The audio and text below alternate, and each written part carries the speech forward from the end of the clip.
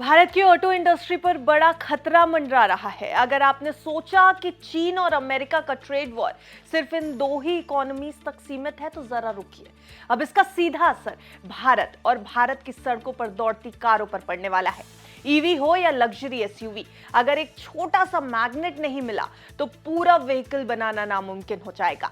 चीन ने उस हिस्से की नब्ज पकड़ ली है जो पूरी दुनिया की मैन्युफैक्चरिंग की रीढ़ है, रेयर अर्थ मैग्नेट्स, और अब वही सप्लाई चीन ने बंद कर दी। भारत का ऑटो सेक्टर अब इंतजार में नहीं बल्कि इमरजेंसी मोड में जाने को तैयार है। नमस्कार, आप देख रहे हैं बिस्तक, मैं हूं आपके साथ अर्णिमा द्विवेदी।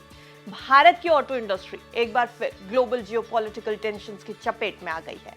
चीन ने रेयर अर्थ मैग्नेट की सप्लाई पर अब प्रतिबंध लगा दिए हैं, जिसके चलते भारतीय ऑटो मैन्युफैक्चरर्स के सामने बड़ा संकट खड़ा हो गया है।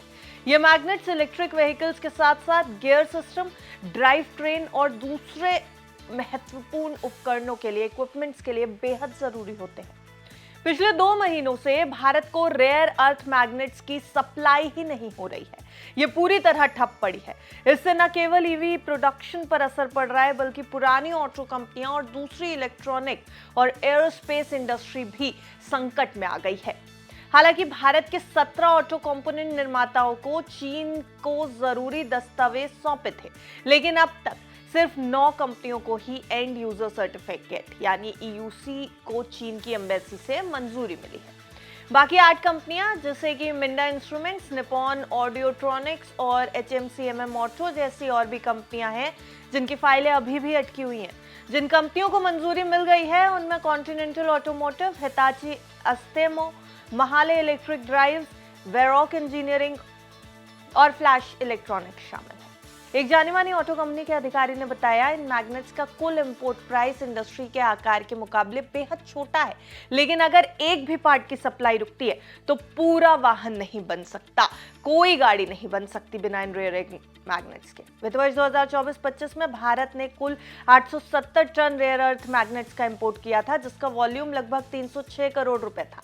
यह मात्रा चाहे कितनी भी छोटी लगे, लेकिन इसकी इंपॉर्टेंस पूरे प्रोडक्शन साइकिल के लिए बेहद जरूरी है। भारत सरकार ने बीजिंग से डिप्लोमेटिक लेवल पर बातचीत करने की प्रोसेस भी शुरू कर दी है। विदेश मंत्रालय और कॉमर्स मिनिस्ट्री के अधिकारियों के बीच बैठकें चल रही हैं ताकि चीनी कॉमर्स मिनिस्ट्री से मंजूरी ली जा सके। Society of Indian automobile manufacturers यानी SIAM ने भी हाल ही में सरकार को चेतावनी दी थी कि अगर ये मुद्दा जल्दी नहीं सुलझा तो ऑटो प्रोडक्शन पर सीधा असर पड़ जाएगा। भारत अकेला देश नहीं है जो इस संकट का सामना कर रहा है, ये भी हम आपको बताते चले। चीन ने 4 अप्रैल को सेमेरियम, गैडोलिनियम, टर्बियम, डिस्पोर्सियम, लिथेटियम, स्कैंडियम और यूट्रेटियम जैसे रेयर अर्थ धातुओं पर, मेटल्स पर एक्सपोर्ट कंट्रोल लागू कर दिया। इसका कारण बताया गया राष्ट्रीय सुरक्षा की रक्षा यानी नेशनल सिक्योरिटी। यह कदम अमेरिका के राष्ट्रपति डोनाल्ड ट्रंप के चीन पर लगाए गए नए टैरिफ के जवाब में लिया गया। चीन दुनिया में रेयर अर्थ मेटल्स का लगभग 70% खनन और 90% प्रोसेसिंग करता है, इसलिए उसकी पॉलिसीज का असर पूरी दुनिया पर पड़ सकता है। अब इंडियन ईवी कंपनीज के साथ साथ जर्मन और जापानी व्हीकल मैन्युफैक्चरर्स भी इस संकट को लेकर गंभीर चिंता जता चुके हैं। जर्मन कंपनियों ने खुलकर कह दिया है कि अगर ये स्थिति लंबी चली तो प्रोडक्शन पूरी तरह से ठप हो जाएगा और घरेलू इकोनॉमी को बुरी तरह चोट पहुंचेगी। भारत की ऑटो इंडस्ट्री पहले ही मांग में उतार चढ़ाव और ईवी ट्रांजिशन की चुनौतियों से जूझ रही थी। अब चीन की ये पॉलिसी इस पॉलिसी का संकट और भी गहरा कर रही है। भारत को अब इस अवसर का उपयोग करते हुए कोई ऑप्शनल सोर्स की खोज और घरेलू स्तर पर रेयर अर्थ रिफाइनरीज की प्रोडक्शन की दिशा में कदम उठाने होंगे, वरना भारत की ऑटो इंडस्ट्री पर बड़ा संकट आने वाले समय में आ सकता है।